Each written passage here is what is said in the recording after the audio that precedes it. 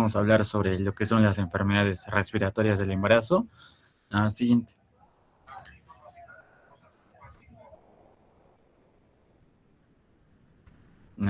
Siguiente.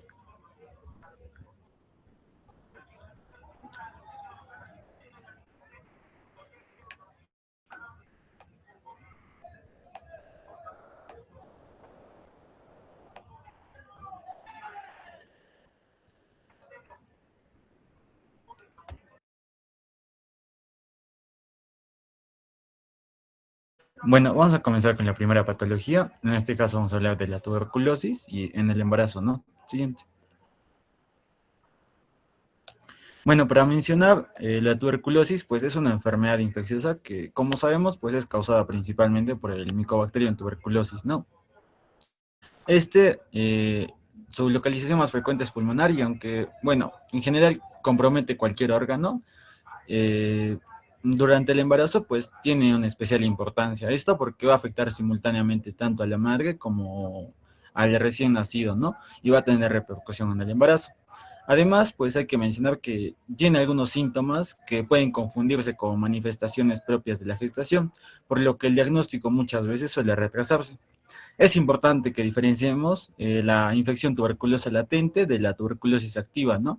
Como sabemos, la infección tuberculosa latente, en este caso, pues la persona, en este caso la paciente que esté embarazada, pues va a ya tener esta infección por el Mycobacterium tuberculosis, pero no va a presentar síntomas, tampoco va a tener evidencia de enfermedad activa y no va a transmitir la enfermedad.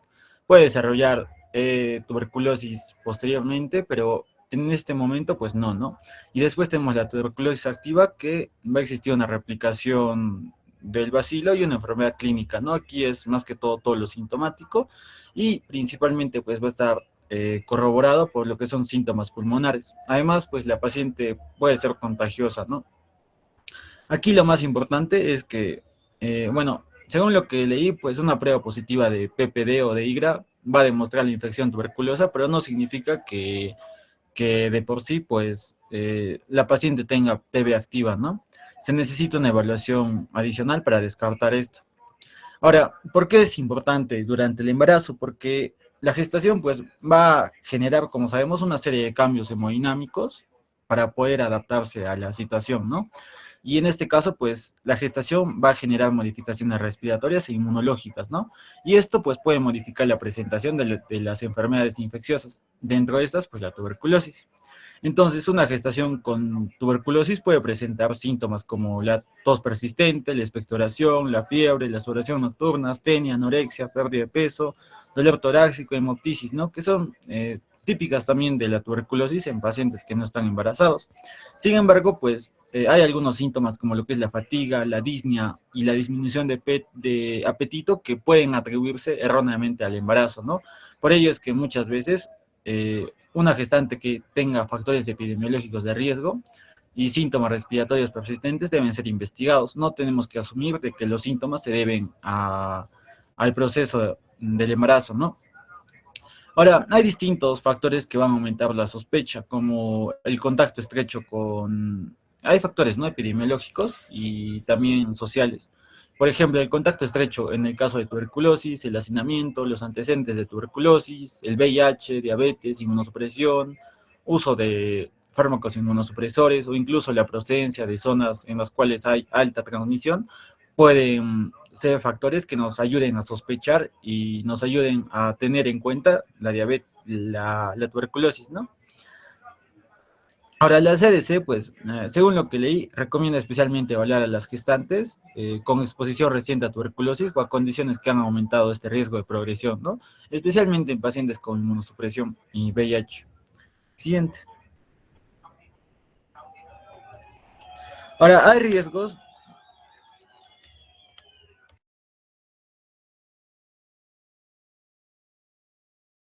Ahora hay riesgos de la tuberculosis activa si es que no va a ser tratada, ¿no? Por ejemplo, puede producir a nivel pulmonar, o en este caso a nivel materno, progresión de lesiones pulmonares, cavitación, hemoptisis. A nivel sistémico, puede producir desnutrición, anemia, pérdida importante de peso, diseminación, pero principalmente a nivel obstétrico y fetal, pues los principales riesgos siempre van a ser la prematuridad y el bajo peso al nacer, ¿no? También se suele desarrollar con una restricción de crecimiento fetal, mayor morbimortalidad perinatal, pérdida fetal en enfermedad materna grave y tuberculosis neonatal o congénita, ¿no? Aunque esto es muy poco frecuente, ¿no? Entonces, la tuberculosis activa no tratada puede tener tanto riesgos maternos como los que hemos descrito, ¿no? Tanto a nivel sistémico como a nivel pulmonar, ¿no? Pero también va a tener repercusión en el feto, ¿no? Con la prematuridad y el bajo peso al nacer, que vienen a ser dos de los riesgos más importantes. Siguiente. Para el diagnóstico va a ser muy importante la clínica, ¿no? La historia clínica que vamos a realizar. Y lo primero, pues, va a comenzar con la secuencia, o bueno, en este gráfico vemos primero la sospecha clínica y epidemiológica, ¿no? Que constituye uno de los pilares para poder hacer un diagnóstico adecuado. Pero una vez que sospechemos y tengamos la clínica, vamos a tener distintos signos de alarma que nos van a poder orientar eh, sobre la situación de la paciente. En este caso, la tos persistente, la hemoptisis, la fiebre, la sudoración nocturna y la pérdida de peso aguda vienen a ser signos de alarma en la tuberculosis, ¿no? Ahora hay en la literatura se menciona que puede haber confusión clínica, ¿no? Por ejemplo, la fatiga, la disnea y la disminución de apetito muchas veces se puede confundir con un problema del embarazo, pero en realidad, pues, también son síntomas que pueden aparecer en la tuberculosis. Entonces, ante un alto índice de sospecha es de síntomas respiratorios y también de otros síntomas que se puedan presentar como factores de riesgo, como el hacinamiento y el contacto con tuberculosis, tenemos que pedir distintas pruebas que vamos a mencionarlas a continuación. Siguiente. Y entonces el algoritmo diagnóstico principalmente va a constar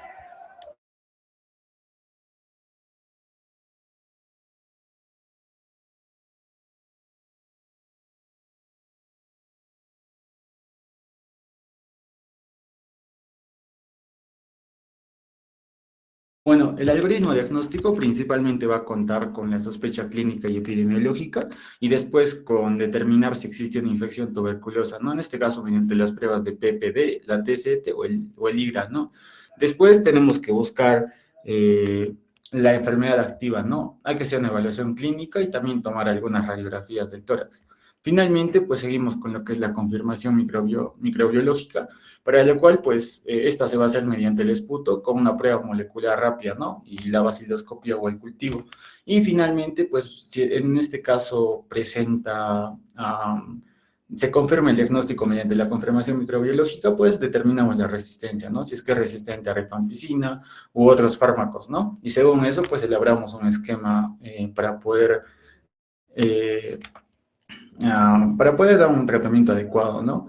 Ahora, en lo que se menciona, pues lo ideal es siempre iniciar el tratamiento lo más antes posible, para lo cual pues es necesario contar con pruebas diagnósticas que sean rápidas y especialmente mediante métodos moleculares, ¿no? Entonces, los métodos moleculares, como los que acabamos de mencionar, como el PPD, el IGRA, pues van a ser de bastante importancia, ¿no? Siguiente.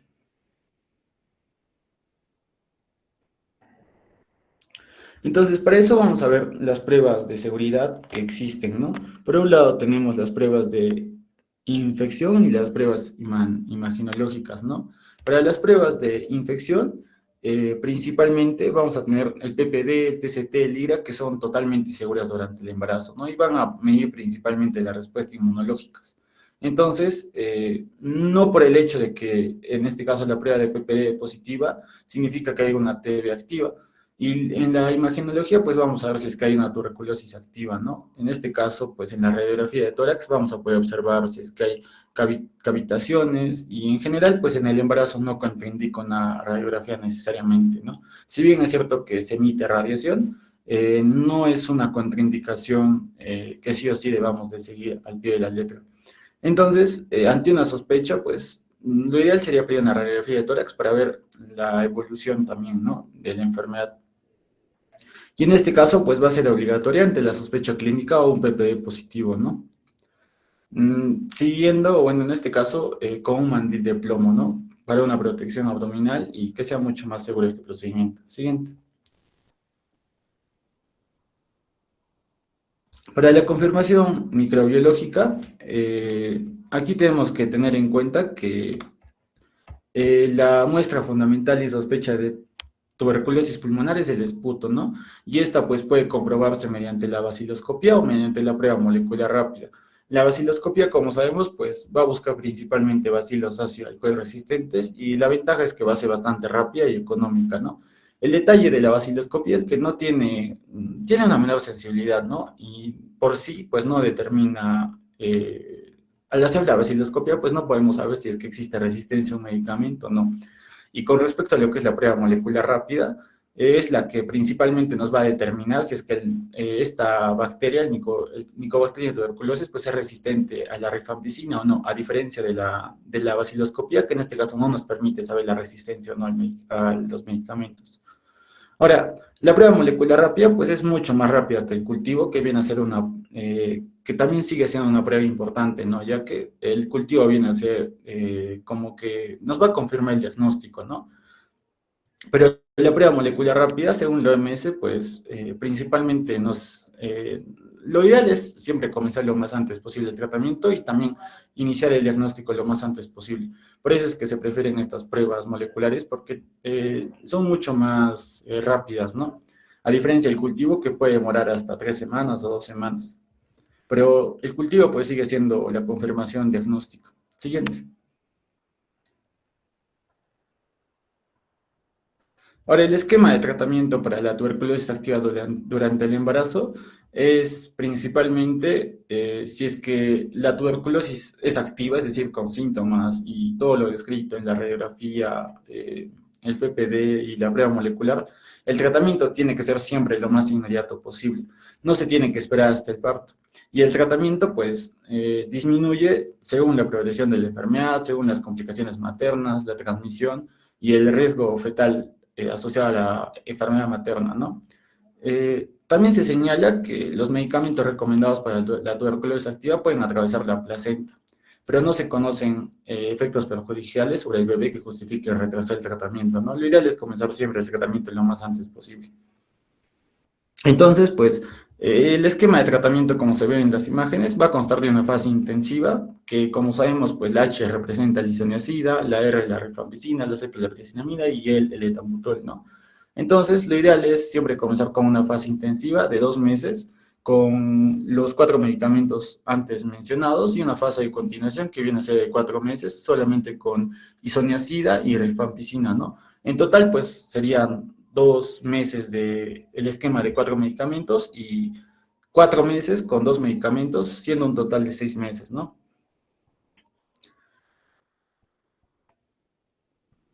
Siguiente. Ahora hay que mencionar que, bueno, cada fármaco tiene su peculiaridad, ¿no? Y también tienen reacciones a las cuales se asocian. Por ejemplo, la isoniazida, pues suele asociarse a lo que es la neuropatía periférica, ¿no? Por lo cual muchas veces se debe suplementar también con viridoxina B6. La rifampicina va a tener interacciones medicamentosas y en general, pues también puede generar coloración naranja de fluidos, ¿no? La piracinamida, su principal efecto es que es hepatotóxico, ¿no? Y también forma parte del esquema estándar, mientras que el etambutol, el principal riesgo es la de la neuritis óptica, ¿no? Y alteración visual de colores.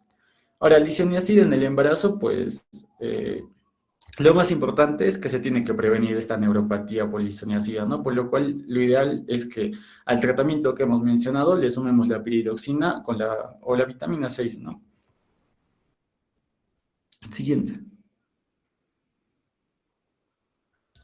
Para lo que es el manejo de la infección en una TB latente, recordemos que en la TB activa, pues, es tratar inmediatamente, ¿no? Pero si es que, por ejemplo, identificamos una TB latente, eh, en la mayoría de gestantes de bajo riesgo, pues puede considerarse diferir el tratamiento hasta 3 meses, ¿no? Después del parto. Esto se debe porque, principalmente por el riesgo de hepatotoxicidad durante el embarazo y el puerperio, ¿no? Pero en este caso sí existen algunas excepciones. Por ejemplo, si existe un alto riesgo de progresión a tuberculosis activa, puede ser necesario comenzar el tratamiento durante el embarazo. Así que no necesariamente siempre en una tuberculosis latente, pues vamos a iniciar el tratamiento, ¿no? Lo ideal es siempre diferir el tratamiento, como mencioné, y si existe un alto riesgo de progresión a tuberculosis activa, sí sería lo ideal, pues, comenzar el tratamiento durante el embarazo. Pero hay que tener en cuenta que hay riesgo de hepatotoxicidad, ¿no? Siguiente.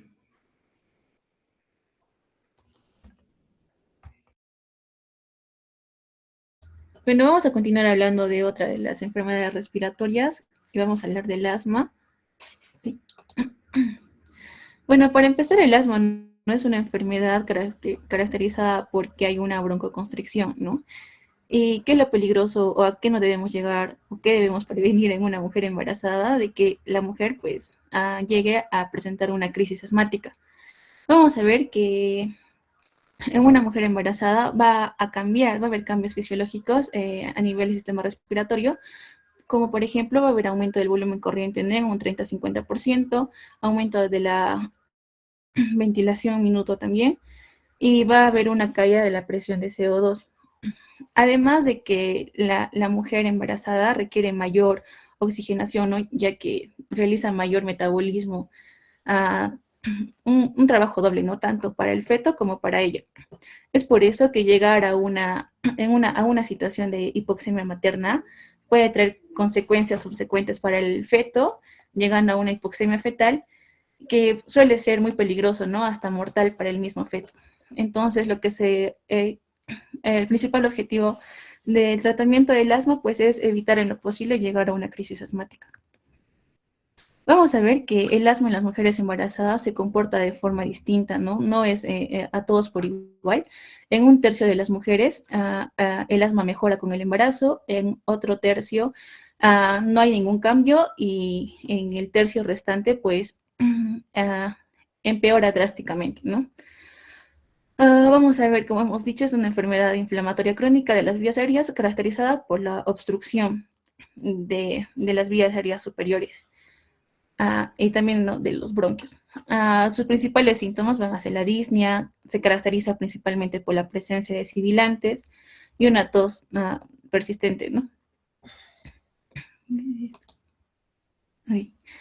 Vamos a tener desencadenantes que pueden llevarnos a una crisis asmática. Por ejemplo, una mala adherencia al tratamiento. Lo que hay que tener en cuenta en las mujeres embarazadas es de que algunas tienen miedo, ¿no?, de recibir tratamiento por el embarazo mismo, pero hay que hacerlas entender de que la consecuencia de no recibir tratamiento y llegar a una crisis asmática trae peores consecuencias para ella y para el feto, ¿no? Entonces, unos desencadenantes para la crisis asmática sería una mala adherencia al tratamiento, la suspensión de los corticoides por temor, o infecciones, o el tabaquismo y también la obesidad. ¿No? Y las complicaciones que pueden traer a la madre pueden ser una insuficiencia respiratoria, inclusive la preeclampsia, y en el feto, pues la prematuridad, bajo peso al nacer, y restricción del crecimiento intrauterino. El diagnóstico básicamente se hace realizando lo que es la espirometría para ver el grado de deterioro. Y el signo de alarma, pues vamos a ver que la ausencia de sibilantes no nos descarta total o no nos indica, ¿no?, de que la mujer esté bien. Hay situaciones en las que la mujer puede estar muy mal y no presentar sibilantes, ¿no? Entonces vamos a ver cómo es el tratamiento para el asma. Para empezar, vamos a ver que la base del tratamiento de esta enfermedad van a ser los corticoides inhalados junto con los agonistas de los bloqueadores beta, ¿no? El principal corticoide que se indica es la budesonida, que es la base fundamental de todo este tratamiento.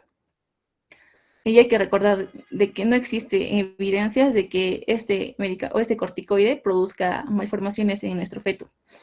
También se le puede aumentar lo que son los agonistas de bloqueadores betas de acción larga, como el salmeterol, siempre junto con los corticoides inhalados, ¿no? Y nunca como una monoterapia. En caso de situaciones de rescate, utilizamos los agonistas de acción corta como el salbutamol. Y ya en casos muy avanzados o de toxicidad, vamos a utilizar lo que son los medicamentos biológicos como el montelukast. Y también, ¿no?, los antagonistas muscarínicos como el tiotropio. Nuestro objetivo principal con el tratamiento es obtener una saturación de oxígeno mayor de 95, ¿no? Estos son los pasos que debemos realizar en una crisis asmática. También se le debe indicar lo que es la broncodilatación en una crisis asmática de frente con un agonista de acción corta, con el salbutamol, y también con el ipratropio. Y también se tiene que, en caso de crisis, adjuntar junto con corticoides sistémicos, ¿no? En este caso ya lo que es la prednisona y la prednisolona. Y no tener miedo, como ya les dije, pues es peor de que la madre sufra una crisis asmática y tiene peores efectos en el bebé. En situaciones de que el asma sea refractario, se agrega además lo que es el sulfato de magnesio, ¿no? Bueno, llegando al trabajo del parto, pues el asma no controlada es indicación para... hay un mito, ¿no?, de que un asma no controlada es indicación por la cesárea. Pues no, la mayoría de las pacientes que padecen de asma pueden llegar a tener un parto vaginal seguro, ¿no? Siempre que estemos controlando la enfermedad. Puede haber exacerbaciones durante el trabajo de parto, sí, pero que son poco frecuentes, y pues hay que mantener, ¿no?, lo que es la oxigenación y también la broncodilatación. Otra enfermedad que vamos a revisar va a ser la neumonía. Como bien sabemos, esta es una infección del parénquima pulmonar que nos va a provocar una inflamación y acumulando los líquidos a nivel de los alvéolos, ¿no?, comprometiendo así lo que es el intercambio gaseoso. Los síntomas principales que tenemos en una neumonía van a ser la fiebre, la tos. En este caso ya no escuchamos lo que son sibilancias y no escuchamos lo que son los crépitos. Al igual que toda enfermedad del aparato respiratorio, no tener una enfermedad controlada pues trae como consecuencia final en una mujer embarazada, trae como consecuencia que el feto sufra de una hipoxemia fetal, ¿no?, que puede ser mortal. Entonces, igual, la etiología de una neumonía puede ser de dos formas. Puede ser una infección bacteriana o puede ser una infección viral, ¿no? En la forma bacteriana, principalmente tenemos el Streptococcus pneumoniae. También tenemos a la influencia, y en la forma viral tenemos al virus de la influenza, al SARS-CoV-2 y entre otros. En una etiología bacteriana vamos a ver los síntomas de la fiebre, tos productiva, dolor pleurítico y los escalofríos, ¿no? Entonces es importante que nosotros al inicio de nuestro diagnóstico empecemos a diferenciar, ¿no?, si la causa de nuestra neumonía es bacteriana o si es viral. Vamos a ver que, en el embarazo, las manifestaciones clásicas pueden presentarse de manera muy atípica, enmascaradas por la taquicardia, ¿no?, y por una disnea fisiológica. El diagnóstico de la neumonía, como en todo paciente, se hace realizando la radiografía de tórax. Aunque muchas personas piensen de que pues una radiografía en una mujer embarazada puede ser muy peligroso, no, bueno, no es del todo cierto, porque una radiografía no emite la suficiente radiación para causar daño fetal. Es por eso que acá nos indica que el embarazo no impide, ¿no?, la realización de una radiografía de tórax. Y para la realización pues, de una radiografía, pues hay que tener siempre la protección adecuada y no hay que esperar a que la enfermedad respiratoria avance, ¿no?, y realizar ya en estadios muy avanzados lo que es la radiografía. Aparte de eso, también se hace lo que es un hemograma, se evalúa los leucocitos, si hay una leucocitosis, y la gasometría arterial también, ¿no?, para ver si hay hipoxemia o sospecha de insuficiencia respiratoria. Para una neumonía vamos a ver que el tratamiento básicamente se va a basar en lo que son los beta-lactámicos, como el amoxicilina o una combinación de amoxicilina más ácido clavulánico. Eso de forma ambulatoria. Uh, y en situaciones de una presentación atípica se utilizan, ¿no?, lo que son los macrólidos. Y en lo posible se debe evitar llegar a usar lo que son las tetraciclinas como la doxiciclina, ¿no? Porque sabemos que estos tienen efectos a largo plazo en lo que son en el desarrollo de los huesos y dientes fetales, ¿no? Con la coloración amarillenta. Y también el uso de las fluoroquinolonas, que no deben ser nuestra primera elección. Otra cosa, hay que ver que, por otro lado, el tema de la influenza como agente causal también de las neumonías.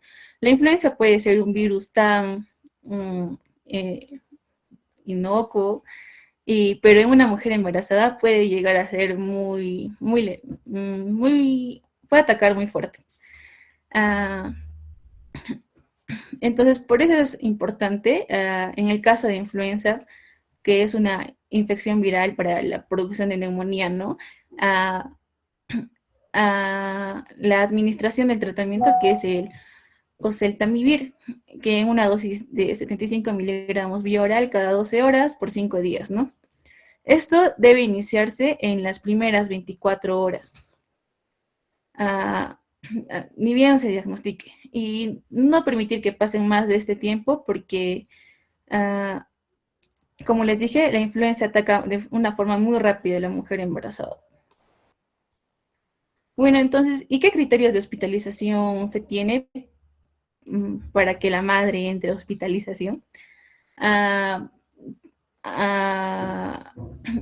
la madre, pues cuando se evidencia un síndrome de dificultad respiratoria aguda, cuando haya un shock séptico, cuando, bueno, ya se requiere ventilación mecánica, ¿no? A nivel del feto, nos evita, ¿no?, un parto prematuro, ruptura de membranas, y a nivel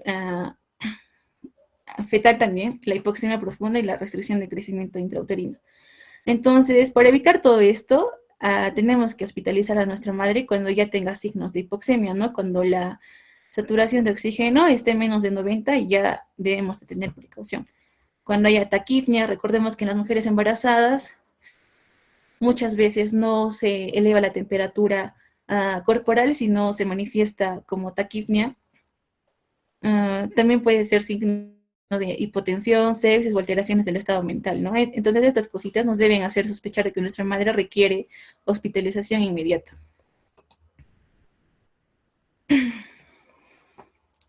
Entonces vamos a ver que la mejor intervención para el asma y la neumonía es simplemente evitar que la madre llegue hasta una crisis respiratoria, ¿no? Entonces hay que tener mucho cuidado con las causas virales como la influenza, el COVID.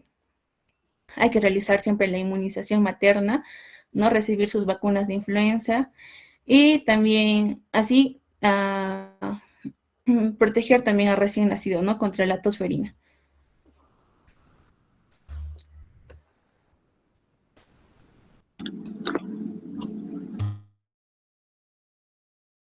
Ya, ahora continuando con respecto al COVID-19 durante el embarazo. Siguiente.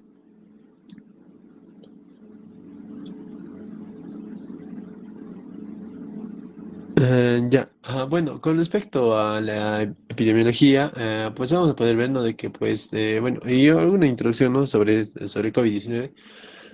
Pues vamos a ver, ¿no?, de que, bueno, de cierta forma, cuando hay una infección, ¿no?, dentro de la gestación por COVID-19, pues vamos a ver, ¿no?, de que no todas las gestantes desarrollarán, ¿no?, de cierta forma una enfermedad grave. Eh, bueno, bueno, y cabe mencionar, ¿no?, de que el embarazo y el puerperio reciente, de cierta forma, son situaciones, ¿no?, que debemos de mantener en donde se debe de mantener una vigilancia mayor. Bueno, y además no añadir a ello de que de cierta forma existen factores que pueden aumentar todavía más el riesgo justamente de empeorar, ¿no?, el estado de la gravedad de la infección, se podría decir, ¿no? Y pues bueno, como es por ejemplo, ¿no?, con la edad materna, la edad materna avanzada, la obesidad, la diabetes, la hipertensión y las enfermedades pulmonares o cardíacas, ¿no? Y pues bueno, también debemos de presentar atención más que todo, ¿no? A los signos y síntomas que va a presentar la paciente dentro de su evolución de la enfermedad. Y pues, por ejemplo, ¿no? Una gestante que empieza a tener dificultad respiratoria progresiva, como fiebre persistente o disminución de la saturación de oxígeno, de cierta forma, esta paciente pues sí necesita una evaluación más rápida, ¿no? Entonces acá pues podemos mencionar, ¿no? De que la idea principal pues de esta parte pues no toda gestante pues de cierta forma va a tener el mismo riesgo que otras, ¿no? Y pues, eh, y pues bueno, justamente, ¿no? En la imagen como podemos ver pues de cierta forma vemos algunos factores de riesgo que podrían incrementar, ¿no? El riesgo justamente de elevar o potenciar justamente el daño, ¿no? De la infección y pues de cierta forma generar mayor riesgo tanto a nivel materno y a nivel fetal, ¿no? De la madre, como es, por ejemplo, ¿no? Con esos factores de obesidad, diabetes y enfermedad respiratoria. Siguiente. Eh, siguiente.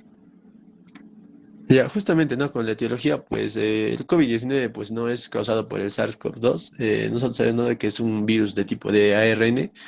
Y pues este virus, de cierta forma, bueno, en su fisiopatología se puede decir, pues este virus utiliza, ¿no? Una proteína S o la proteína Spike, ¿no? Que esta va a interactuar justamente con los receptores, como por ejemplo el AC2, que de cierta forma lo presentan las células y pues con ello, ¿no? Facilita su entrada, ¿no? Al organismo. Y pues su principal forma de transmisión ocurre ya, ¿no? A través de las gotículas o aerosoles, ¿no? Es decir, por vía respiratoria, ¿no? Y pues bueno, algo importante que debemos mencionar es que de cierta forma, el embarazo de cierta forma no va a modificar, ¿no? Al virus, pero sin embargo, el que va a cambiar, sí, lo que va a cambiar, sí, pues es el organismo de la gestante, ¿no? Como por ejemplo, ¿no?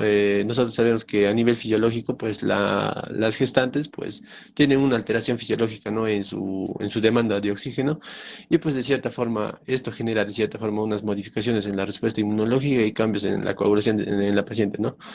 Y pues con ello, ¿no? De cierta forma podría aparecer una infección importante y pues con ello traer unas consecuencias graves a posteriori. Siguiente.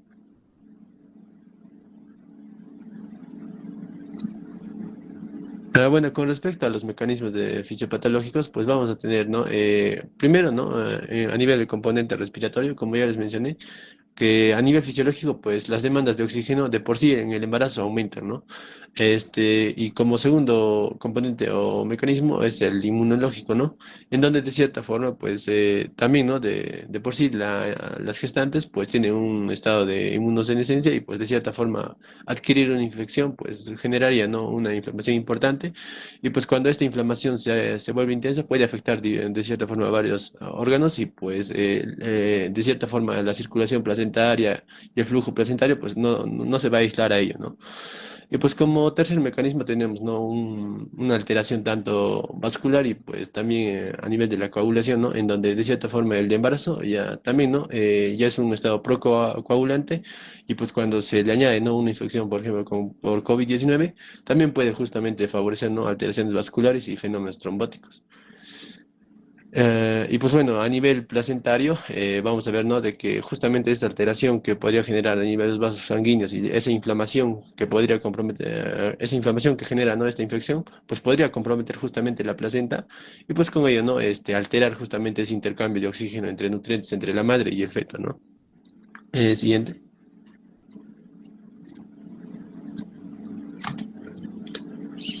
Ya, ahora vamos a observar cuáles son los riesgos que van a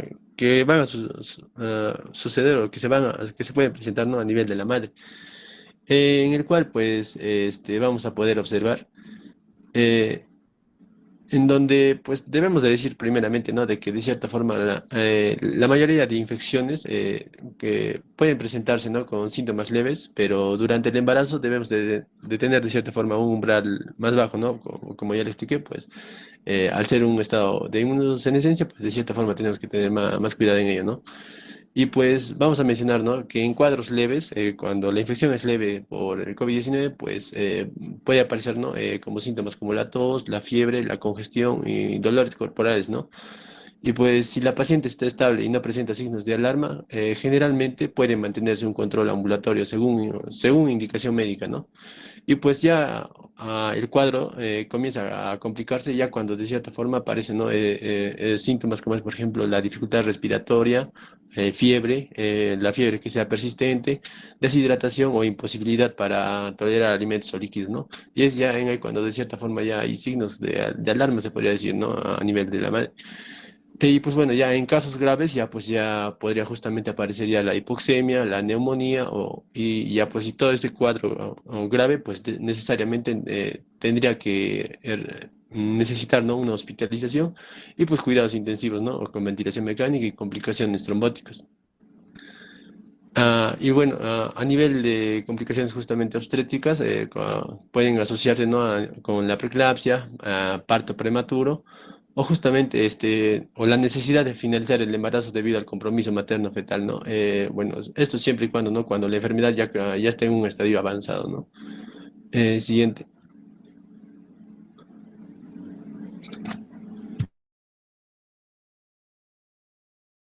Ya, ahora con respecto a los riesgos, justamente, a los riesgos que podría traer justamente la infección a nivel del bebé o del recién nacido, vamos a tomar acá un concepto, ¿no? De que no necesariamente significa que el virus va a pasar directamente de la madre al feto y pues va a causar daño, ¿no? Sino que pues en la madre pues vamos a poder, ¿no? Bueno, mejor dicho, la afectación justamente de esta infección pues va a ser de manera indirecta, se podría decir, ¿no? Ya que de cierta forma la infección por el COVID-19 pues va a generar en la madre pues va a generar, ¿no? Una oxigenación deficiente, una inflamación importante y pues bueno, y todo esto pues va a generar, ¿no? Alteraciones tanto a la placenta y pues con ello pues generar una alteración, ¿no? En el bienestar fetal y pues este se va a verse comprometido, ¿no?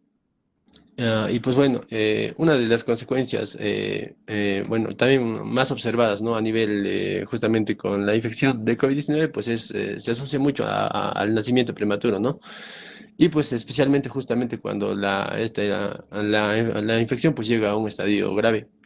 Y pues también, también está asociado justamente a bajo peso al nacer, y pues con respecto a la transmisión vertical, pues vamos a ver, ¿no? De que el paso del virus de la madre al bebé, pues se puede dar durante el embarazo o alrededor del nacimiento. Pero de cierta forma, en algunas bibliografías, pues se ha mencionado, ¿no? De que esta transmisión vertical, pues no es tan frecuente, ¿no? Y con respecto a sobre la lactancia, pues bueno, la lactancia materna generalmente no se va a mantener, pero justamente con algunas medidas tanto de higiene y lavados de mano y uso de mascarillas, ¿no? Y pues obviamente con orientación médica. Siguiente.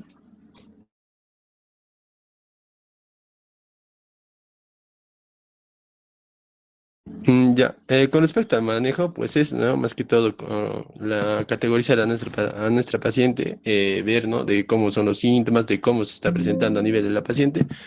Y pues se dice, ¿no? De que en cuadros leves, en donde la paciente se encuentra estable, pues el tratamiento o el manejo que se debe de seguir acá, pues es simplemente, ¿no? Observatorio se podría decir, ¿no? Ya que de cierta forma se le indica a la paciente que entre en reposo, que se le dé una adecuada hidratación, que se le maneje la fiebre con paracetamol o con algunos medicamentos, ¿no? Adicional a ellos, ¿no? Y pues bueno, ya cuando vemos, ¿no? De que ya la paciente va a estar presentando signos de riesgo o una evolución riesgosa en su evolución de la enfermedad, pues de cierta forma ahí ya se plantea, ¿no? El tratamiento antiviral, bueno, de acuerdo a protocolos correspondientes, ¿no? Y bueno, y bueno, también y ya cuando hablamos de una enfermedad ya moderada, grave o mejor dicho grave, en ahí es ya cuando ya pues se le indica ya a la paciente o se indica, ¿no? De que se realice la hospitalización y pues ya bien a la paciente pues se le administra oxigenoterapia, este se podría usar, ¿no? En casos de que la paciente esté con hipoxemia, se le podría dar, ¿no? Corticoides, un tratamiento con corticoides, y pues también adicional a ello el tratamiento antiviral, ¿no? Siguiente.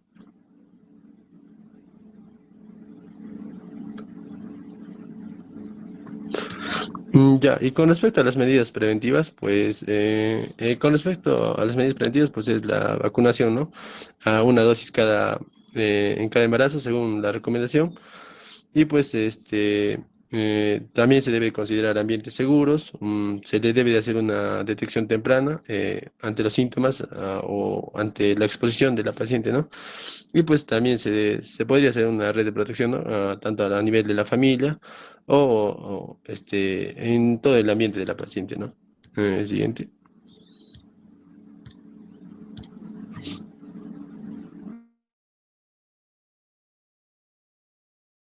Bueno, eso sería todo. Bueno, compañeros, damos por concluido la presentación. Eh, Ahora pasamos a hacer ronda de preguntas por parte de la audiencia.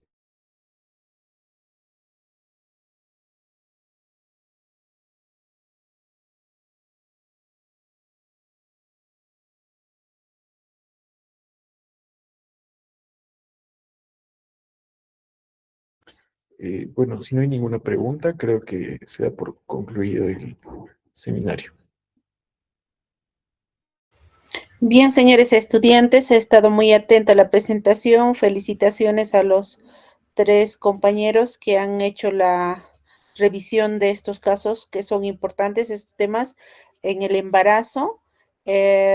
Algunas cosas de repente para remarcar es el hecho de que la tuberculosis sigue siendo una enfermedad endémica en la región por los niveles socioeconómicos bajos que generalmente se tienen, ¿no? En la zona de la periferia. Entonces, por ello es importante la búsqueda